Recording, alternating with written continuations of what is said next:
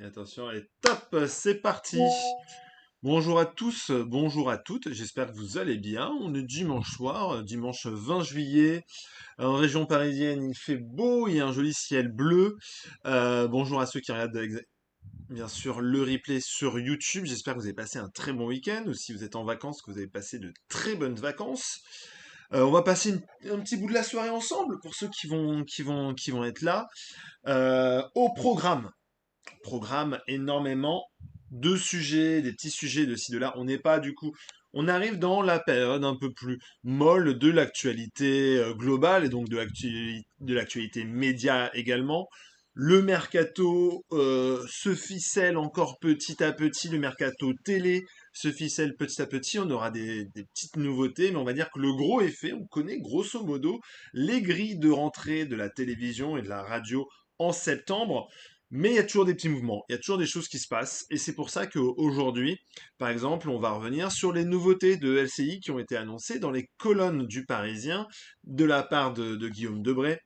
On évoquera aussi les toutes premières audiences d'Amélie Carrère, le contexte dans lequel elle est arrivée, les critiques qu'il y a pu avoir, et savoir si son émission, son JT, ses premiers JT se sont bien déroulés, et pourquoi est-ce que ces scores sont là.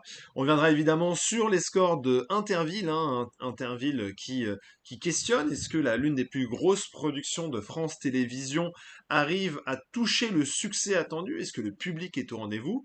Il y a cette information, cette envie d'Éric Antoine de relancer Tournée Ménage. Donc, vous expliquez un peu ce qu'était Tournée Ménage et est-ce que ça aurait un sens demain sur M6. Est-ce qu'il y aurait vraiment une vraie idée à faire un tournée ménage demain sur tournée manège, excusez-moi, tournée manège demain sur M6 ou non. Donc ça sera le petit sujet que l'on va aborder. On va évoquer le cas de cet influenceur Ethan Berebi, pas forcément connu de tout le monde, mais très influent sur TikTok notamment. Et et qui a demandé de l'aide à Cyril Hanouna et qui est actuellement mise en examen. Donc on viendra un peu plus en sujet dessus. On fera un petit mercato pêle-mêle, vraiment, c'est des petits sujets, des petites précisions au fur et à mesure. Voilà, ces visages, on va les évoquer petit à petit. Et on terminera en évoquant l'actualité sur Secret Story. Mayer qui a décidé de quitter, on pourrait même abandonne Secret Story, donc et venir expliquer pourquoi est-ce qu'il abandonne, ce qu'il en est de la production, etc. Et toutes les rumeurs qu'il peut y avoir autour de ça. Salut Nino, est-ce que je fais des lives tous les soirs? Alors j'en fais pas tous les soirs parce que ça demande du temps. En général, je le fais en fin de journée autour de 20h30, 21h pour la soirée. J'essaie de le faire le dimanche soir parce que je sais que ça vous plaît pas mal cette tranche horaire mais je peux en faire plusieurs dans la semaine. J'ai pas d'horaire fixe pour le moment. Évidemment, je pourrais vous parler un peu de mes projets, hein. Je passe des entretiens, je rencontre des rédactions, des possibilités à l'avenir de créer des choses avec eux. Et peut-être que demain, je vais devoir calmer TikTok, calmer les lives. Mais si ça devait pas se faire, bah, j'aimerais aussi continuer à développer des choses sur TikTok, sur les réseaux sociaux, sur Instagram, parce qu'il y a la page Instagram qui existe aussi, avec quelques photos de médias, etc., sur lesquelles on parle évidemment et d'actualité, et ce que je peux faire aussi avec l'association Lumière sur l'info dont je vous parle très très souvent, mais également voilà cette idée peut-être d'essayer de basculer aussi les lives sur Twitch ou sur YouTube, voir comment est-ce qu'on pourrait lier les deux pour pouvoir continuer à parler de journalisme et de médias. Je travaille pas pour une rédac actuellement, c'est pas du tout indiscret. Non, à l'heure actuelle, je travaille pas pour une rédaction. Comme je dis très souvent, Nino, moi j'ai bossé près de 10 ans pour Pure Média. J'ai collaboré là ces derniers mois, il y a un an, avec une association d'éducation aux médias et de journalistes. Donc je reste quand même dans ce secteur-là. J'ai décidé depuis janvier de développer des formats notamment sur TikTok avec des contenus et des lives pour parler de ce qu'on fait ici, pour parler de médias, de décryptage des médias, répondre à vos questions. Vraiment, toutes les questions sont permises, dans le cadre de la loi, évidemment. Mais voilà, toutes les questions sont permises. On va pouvoir parler un peu des décryptages et s'intéresser à tout ça. Mais si demain, une rédaction est intéressée pour travailler avec moi, bah, je serai tout oui, on pourrait en discuter. Alors, est-ce que ça pourrait être compatible avec une activité sur TikTok? Ça, c'est autre chose. On le verra en fonction de ce que je peux faire. Mais voilà, tant que je n'ai rien, moi j'ai besoin d'être en activité et donc, quitte à pas pouvoir trouver de médias avec qui collaborer à l'instant T, eh ben, créons notre propre média en attendant d'en pouvoir rencontrer un et peut-être demain collaborer. Euh, voilà, C'est aussi des marques. Moi, les boissons d'eau, ça pourrait me plaire. C'est des boissons d'eau qui voulaient nous sponsoriser. Ah oui, c'est vrai que Nino, bah, merci déjà de ton commentaire. Tu dis que t'as dans mon contenu, ça t'aide beaucoup. Je crois que c'est toi qui veux devenir journaliste et qui débute en école de journalisme à la rentrée. Donc c'est trop chouette. Je sais pas où tu seras à la rentrée exactement, dans quelle école ou quelle fac, mais et n'hésite pas si tu as besoin de conseils, que ce soit là pendant le live ou en DM si tu veux des détails. On va pouvoir commencer du coup le live de ce soir par ces nouveautés de LCI qui ont été annoncées. Oui, c'est ça, c'est moi. Je serai ah oui, à Lannion, oui, c'est ça. Moi, j'étais passé par le master journalisme de Gennevilliers. Euh, on va pouvoir commencer par les nouveautés de LCI qui ont été annoncées par le directeur général de la chaîne, Guillaume Debré, dans les colonnes du Parisien. On apprend notamment l'arrivée d'Anaïs Bouton. Anaïs Bouton, qui c'est Anaïs Bouton? C'est une ancienne journaliste de Paris Première, du groupe M6, qu'on pouvait également entendre sur RTL. Et donc elle vient renforcer davantage cette grille de LCI pour le 9h-10h. C'est-à-dire qu'on a toujours cette matinale porté par Jean-Baptiste Boursier de 6h à 9h.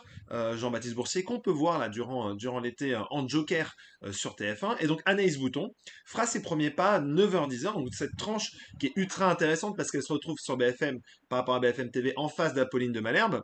Exactement, c'est aussi, tu as raison Nino, c'est également la femme de Xavier Demoulin. Donc elle va se retrouver face à Apolline de Malherbe et surtout face au mastodonte de CNews, Pascal Pro. Donc ça va être une offre qui sera très diverse. Elle aura une bande de chroniqueurs et elle va pouvoir aborder différents sujets d'actualité pour les décrypter. Salut Marco, les décrypter et pouvoir s'y intéresser. De 10h à midi, on retrouvera David Doucan. David Doucan, ancien journaliste de France 5, d'Europe 1, qui est sur LCI déjà depuis un moment. On l'a pu le voir aussi dans C'est dans l'air. Salut Hello. On a également pu le voir dans C'est dans l'air. David Doucan aura le 10-12 heures. Donc voilà, cette tranche aussi qui sera aussi assez importante puisque par rapport du coup à BFM TV, ils seront en frontal avec Julien Arnaud, ancien de France 2, de Télématin, et ancien de TF1 évidemment, hein, qui a notamment travaillé et collaboré avec LCI. Donc on aura vraiment eu un ancien de TF1 qui sera face à David Doucan. Et évidemment, sur CNews, il y aura une partie encore de l'heure des pros qui sera en face, très très fort. Et ensuite, jusqu'à midi par Morandini Live. Coucou, comment va T18? T18 le 6, pas T19. Ce sera un nouveau 19 et T18.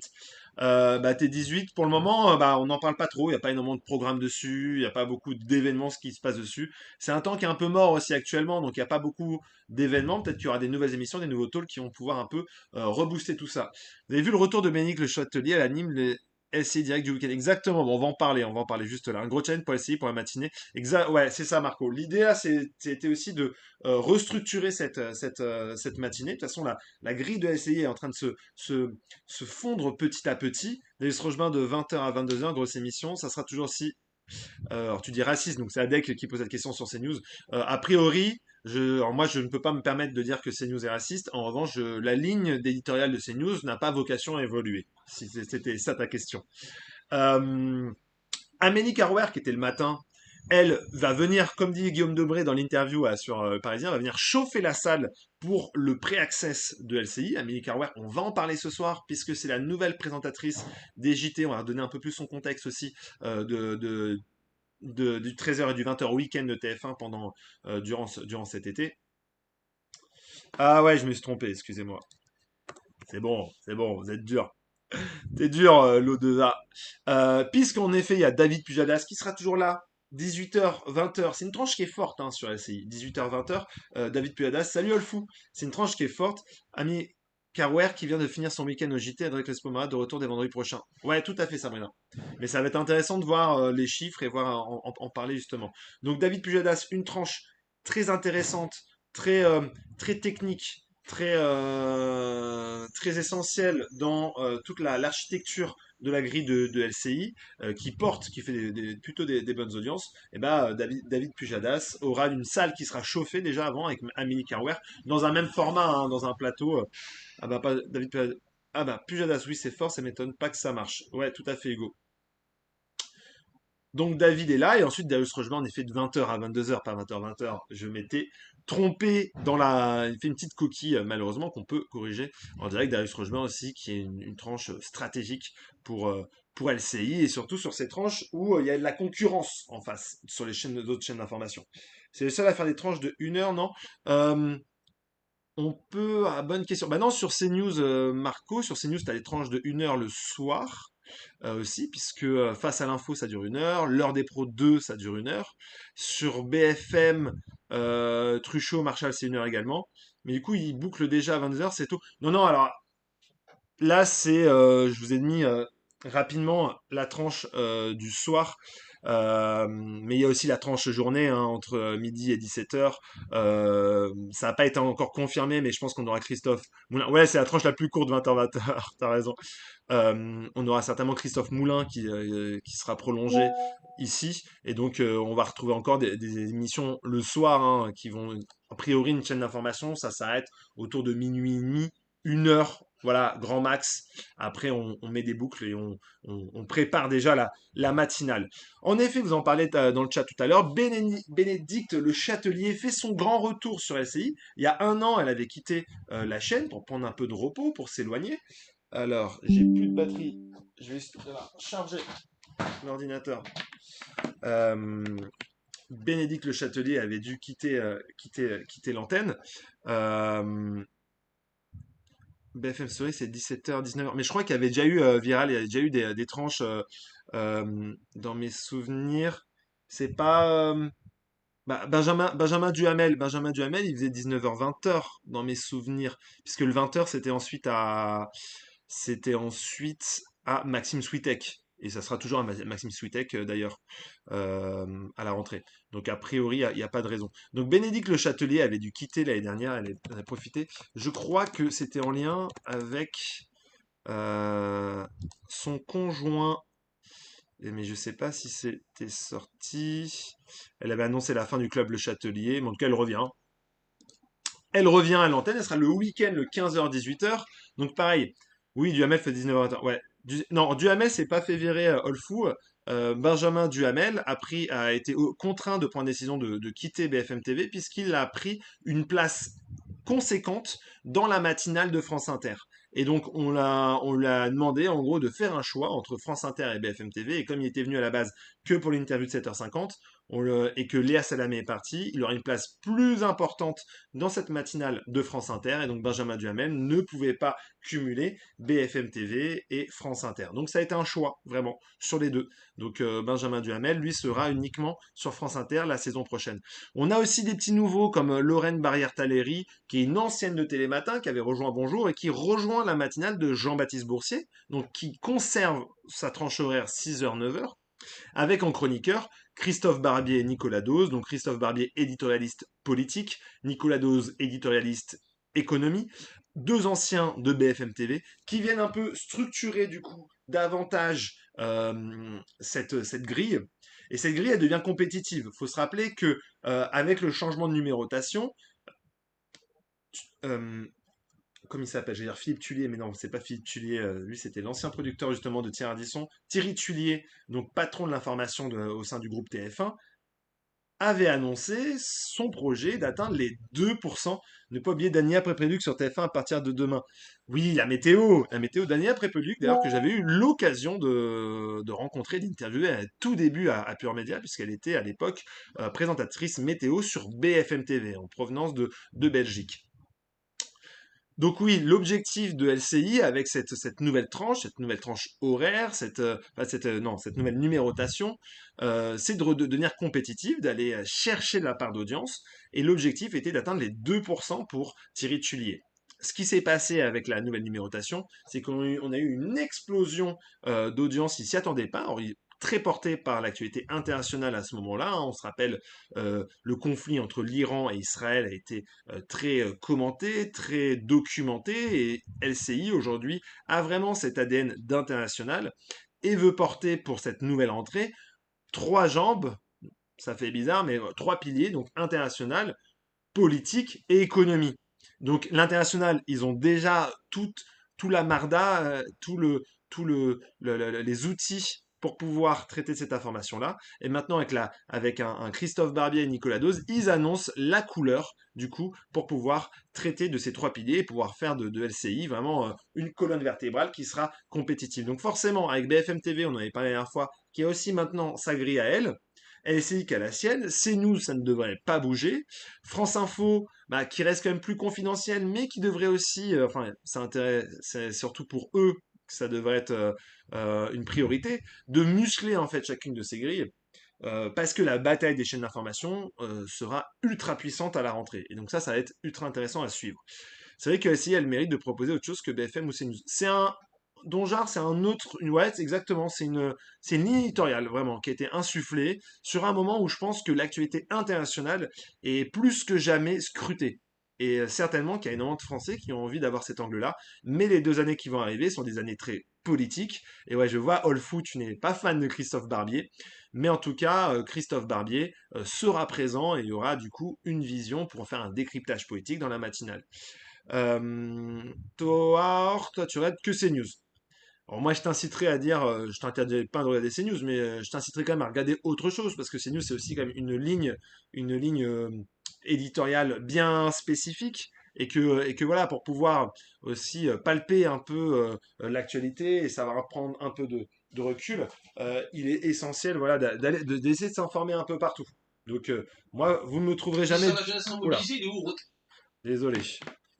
Il y a la télévision qui s'est allumée.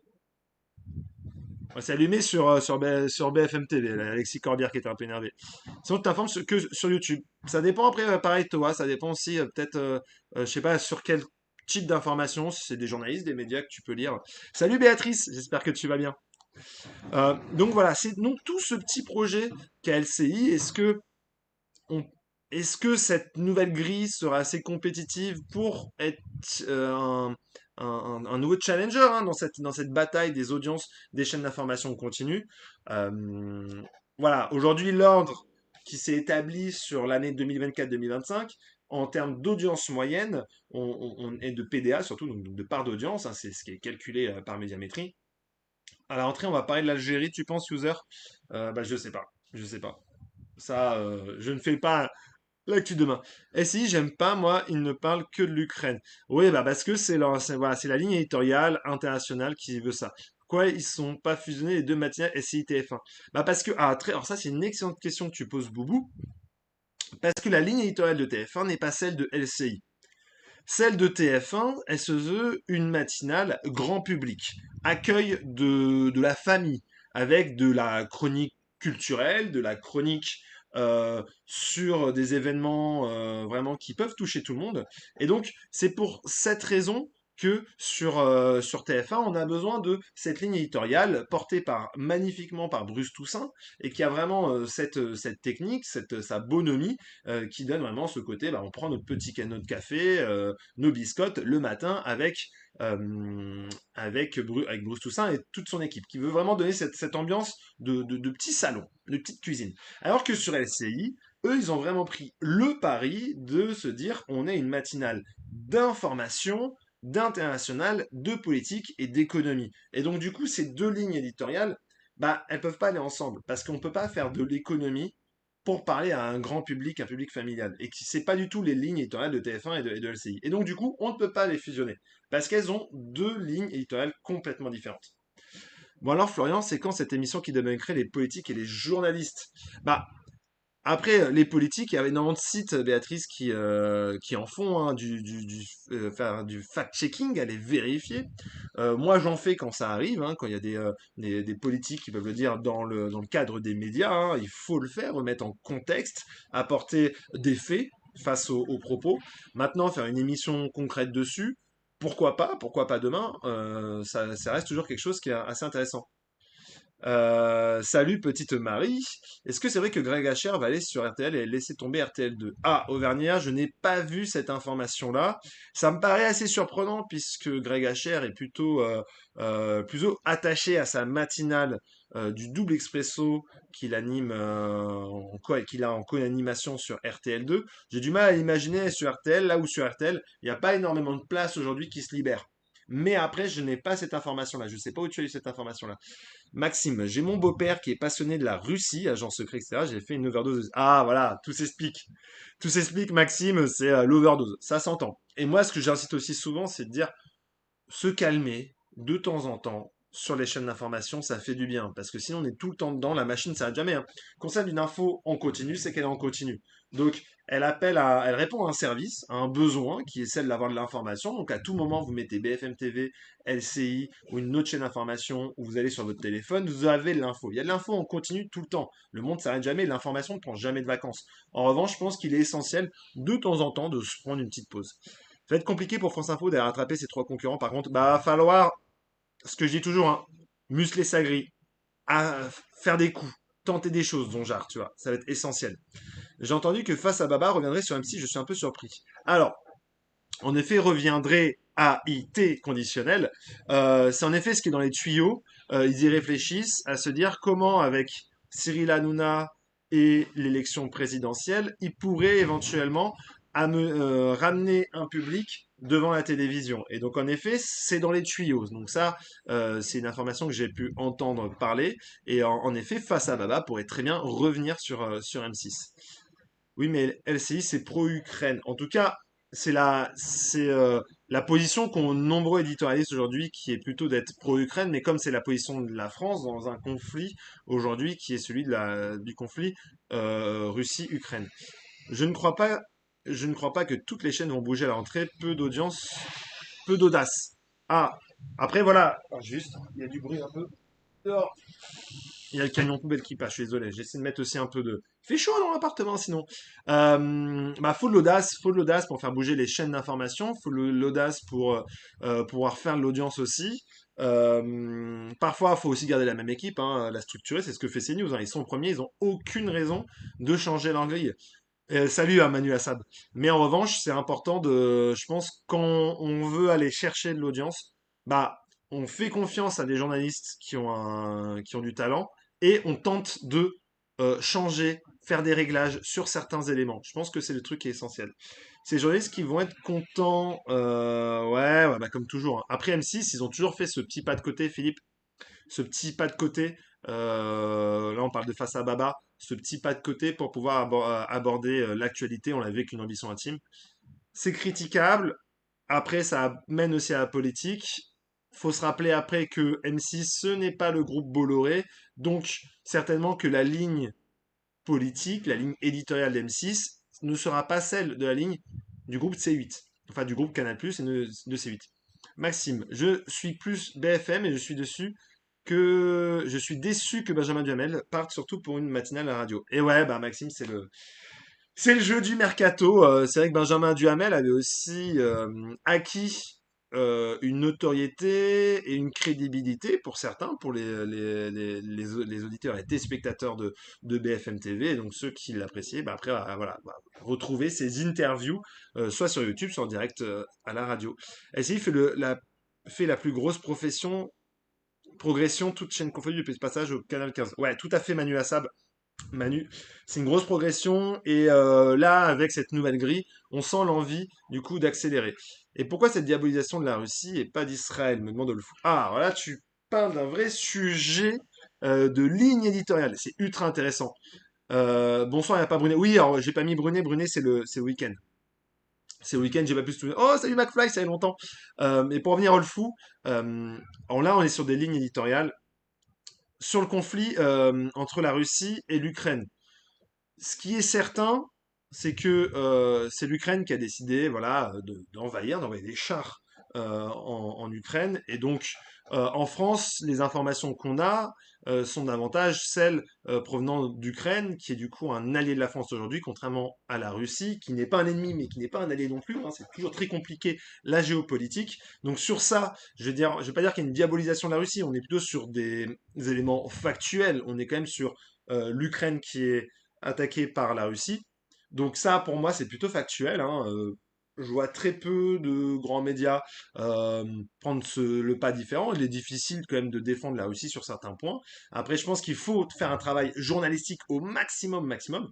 Concernant le sujet du conflit israélo-palestinien, c'est un sujet de fond, et ça, malheureusement, moi, je ne suis pas dans les lignes éditoriales des journaux et des rédactions de chacune. On pourrait les faire tous une par une. Ce qu'il en est, c'est que, en effet, il y a eu des prises de position assez claires de certains éditorialistes et la couverture médiatique du conflit est critiquable. Il y a eu énormément de mea culpa de la part de journalistes sur la couverture médiatique du conflit israélo-palestinien.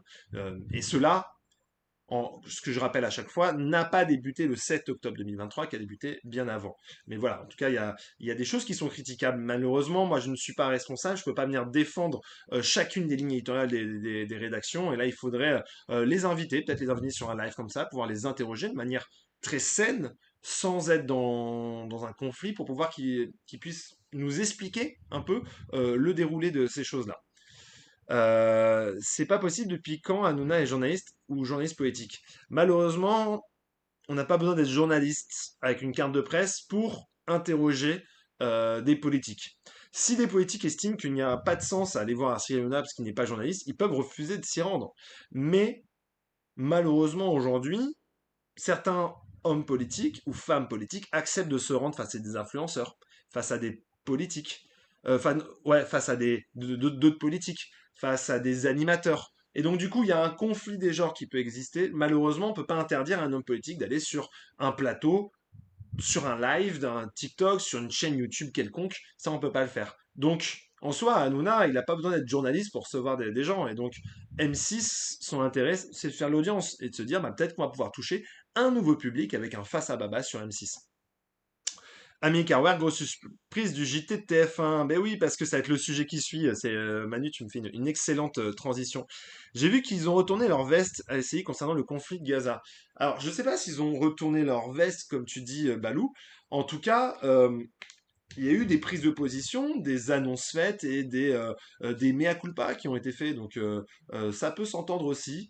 Maintenant, je ne représente pas LCI. Voilà, là, c'était les petites actus qu'on avait actuellement. Je ne représente pas du tout le groupe TF1. Je représente d'ailleurs personne aujourd'hui. Alors, à l'instant où je vous parle, ce que je vous disais, pour le moment, j'ai pas réussi à rejoindre de rédaction. Hein, donc, je suis indépendant. Donc, moi, je ne peux pas vous faire euh, une explication de leur ligne éditoriale. En revanche, j'ai remarqué qu'il y a eu en effet un changement, une rencontre, une interrogation sur certaines lignes. Et heureusement, hein, il faut pouvoir critiquer aussi la médiation d'un conflit, et c'est très intéressant ce que vous dites aussi, ce que vous ressentez vous-même en tant que téléspectateur. Pourquoi tu ne parles pas des chaînes de France 24? Bah, il y a moins de choses à dire sur France 24, c'est pas tout public, on ne l'a pas sur la TNT directement, c'est un autre... voilà, c'est des choix aussi éditoriaux de ma part. Alors McFly, ouais, ça fait plaisir, t'as fait une pause TikTok, mais je te suis sur Insta. Oh, t'es top, McFly.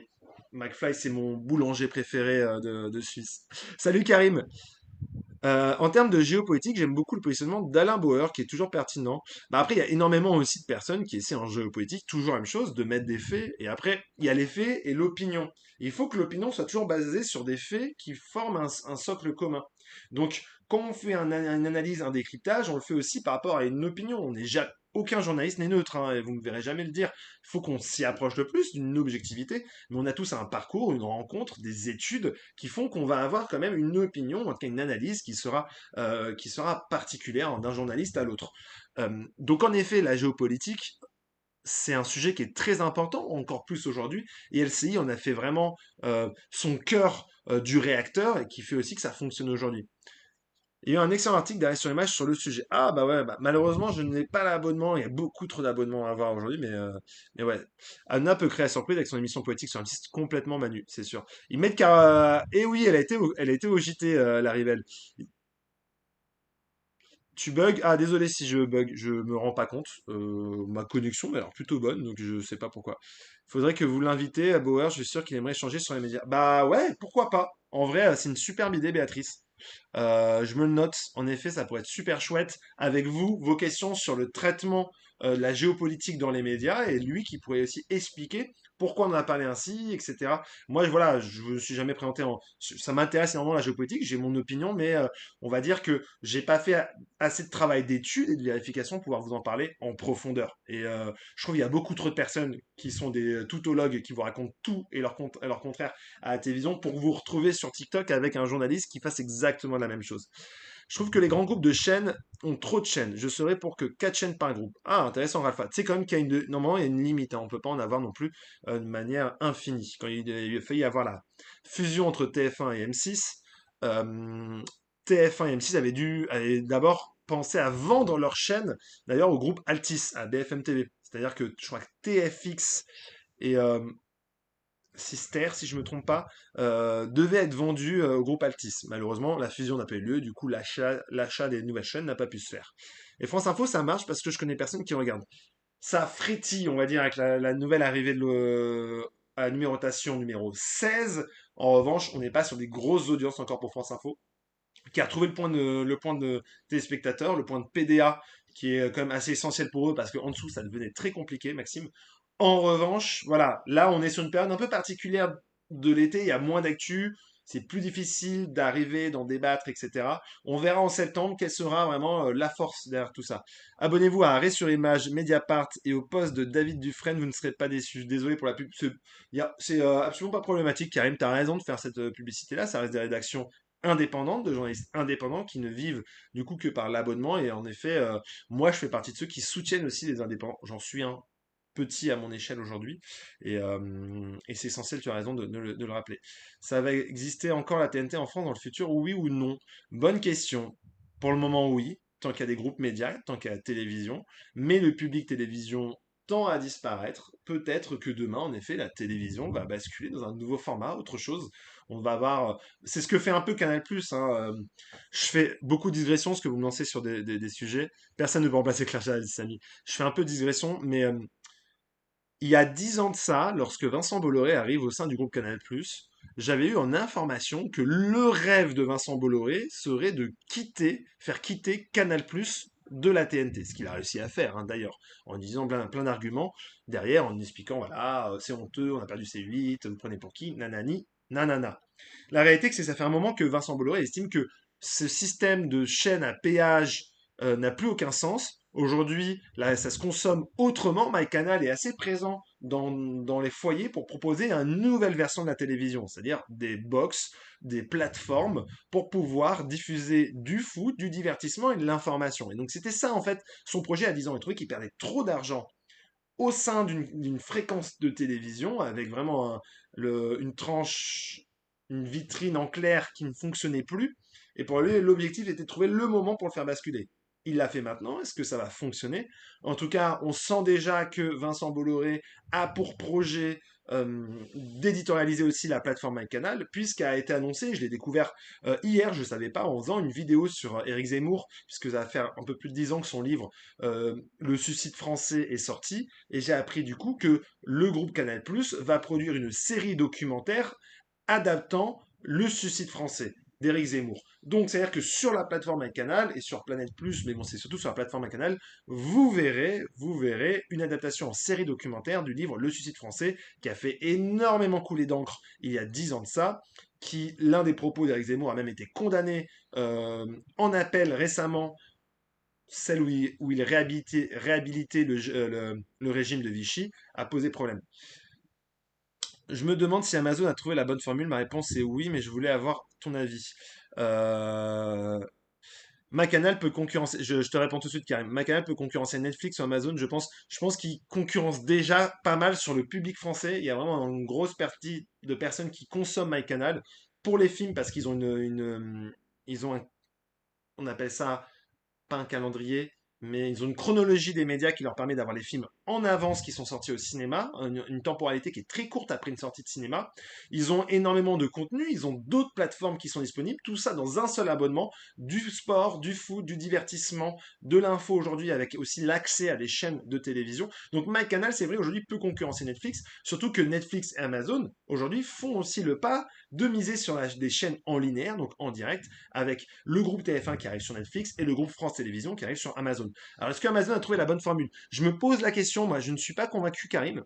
Pourquoi je ne suis pas convaincu? Parce que Amazon, il n'y a pas beaucoup de choses qui sont intéressantes en tant que telles. Tu payes un abonnement, t'as tu dois parfois repayer un abonnement ou payer pour voir un film dessus s'il est disponible en VOD ou en SVOD. Donc payer autre chose dessus. Je trouve que l'offre est pas dingo. par rapport à un Netflix ou un Disney Plus ou un MyCanal.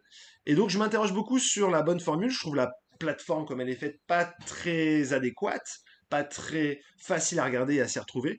Donc, je reste très dubitatif sur Amazon, même si on parle d'une grosse plateforme qui peut quand même sortir des films et des films événements ou des programmes événements, comme notamment LOL qui ressort, qui reste un énorme succès pour Amazon.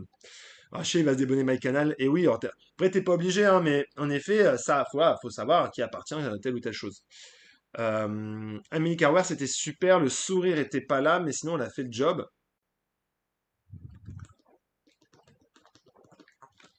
Et oui, Béatrice.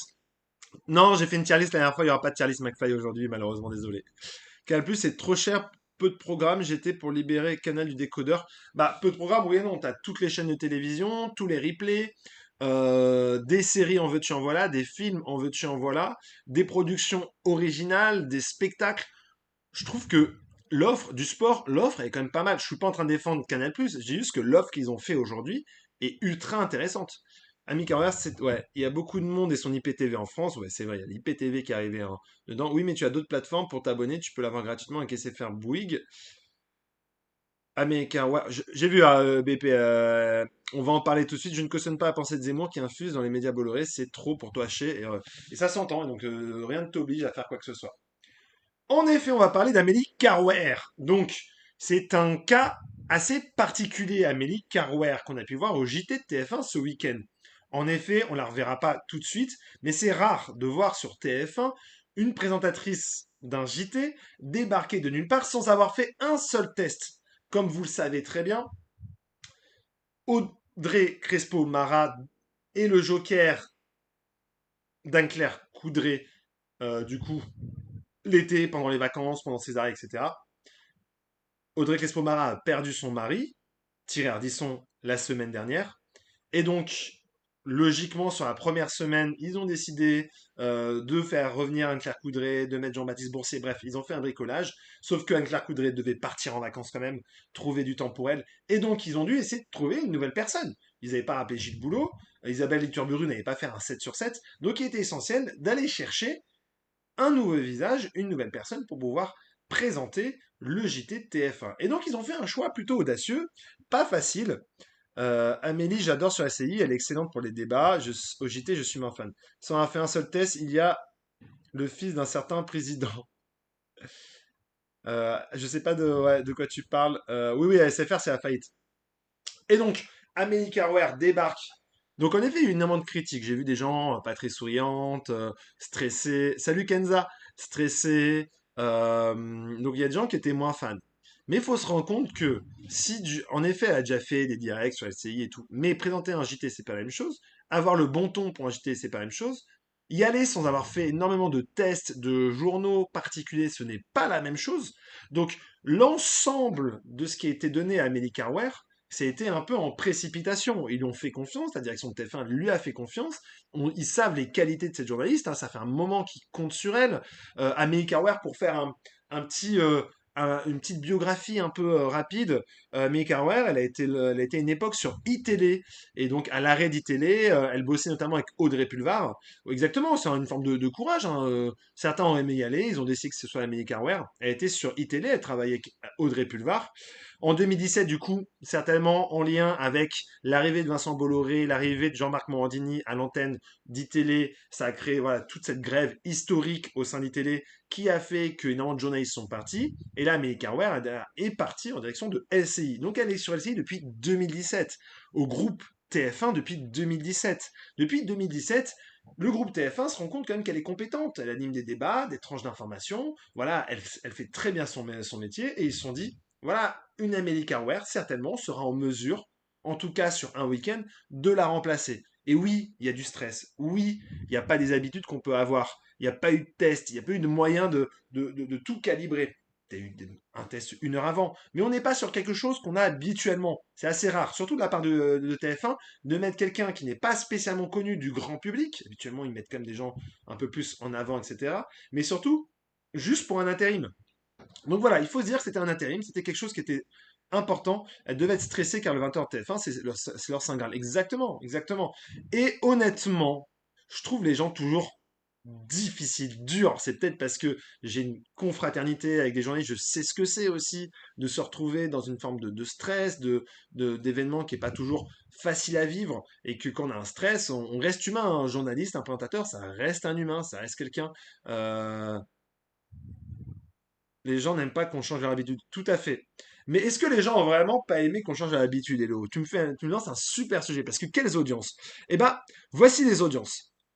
Hier matin, ce qu'on n'a pas celle d'aujourd'hui, hier matin, à 13 heures. Exactement, la première réaction, c'est de critiquer. Comme sur YouTube, quand on découvre une nouvelle personne dans une vidéo de quelqu'un qu'on aime bien, on dit, ah, je l'aime pas. Puis à bout d'un moment, on s'habitue. Mais Amélie Carwa a été connue de SCI, ça fait 2%. De TF1, t'es à 20. 4,63 millions de téléspectateurs, 39,4% aux 13 heures de TF1. Donc on est sur quelqu'un qui arrive au JT du 13h TF1 et qui fait d'excellentes audiences. D'excellentes audiences. Parce qu'on adore râler et après on aime bien, on s'habitue complètement à l'eau. Ça s'appelle être français. Et donc elle fait une audience qui est plus que positive. Faut se rendre compte que quand même, on est en vacances actuellement. Donc, mécaniquement, il y a moins de téléspectateurs que durant l'année. C'est-à-dire que les gens partent en vacances. Salut Tony. Les gens partent en vacances, sont moins devant la télévision, et c'est normal. On peut pas être tout le temps devant la télévision. En revanche, on regarde la PDA, on est à 39,4 et c'est une très bonne PDA. Donc les gens n'ont pas été effrayés, ils ont vu Amélie Carrère et ils se sont dit, ok. Ce qui a été d'ailleurs plus inquiétant, et c'est pour quelqu'un que j'apprécie beaucoup, c'est Jamel Mazi qui est arrivé au... Oh non, c'est la photo. Putain, chaque fois sur LCI, ça me fait ça. Bon, si je descends sous la barre des 30, je relance le live, hein, parce que je me suis fait bloquer parce qu'ils prennent ça pour une image, une image. Salut, ouais, salut Tony. Même si on met un poulet, le JTTF1 sera en tête. Je te réponds, user, sur ta question sur CNews. Mais en tout cas, voilà, il y a Jamel Mazi, il a fait 1,81 million, 15,5, et ça, on peut dire que c'est un score plutôt décevant. C'est plutôt décevant. Je vais juste. Ton live n'est pas éligible pour la recommandation, a été restreint résultat de recherche. Oh, c'est insupportable, c'est insupportable.